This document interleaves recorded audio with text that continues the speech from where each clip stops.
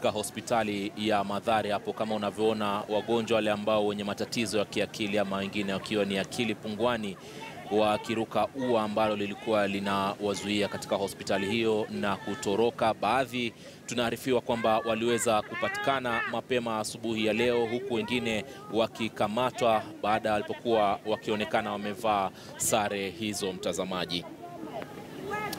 Na kama nilivyokuelezea, tunazifuatilia kwa ukaribu taarifa hizi, na kutoka Mombasa, mtazamaji, kukuarifu tu kuhusiana na ile hospitali nyingine ambayo pia inatibu wagonjwa wenye akili punguani. Taarifa tunazozipokea kutoka katika hospitali ya wilaya ya Port Reitz kule ni kwamba baadhi ya wenyeji katika sehemu hiyo wameitwa kuja kuchukua jamaa zao wameitwa kuja kuwachukua wagonjwa hao ambao wenye akili punguani ili kuwarudisha nyumbani kutokamana na mgomo huo wa uguzi.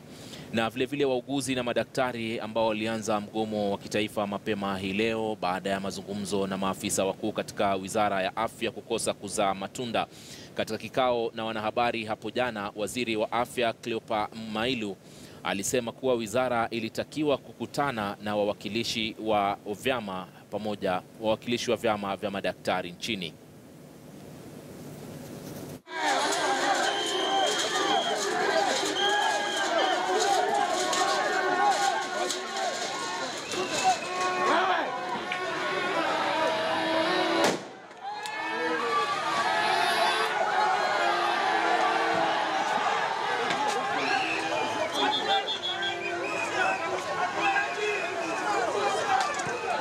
Narrate their life history, how they have struggled, how they have been oppressed, how they have been underpaid and ridiculed in society.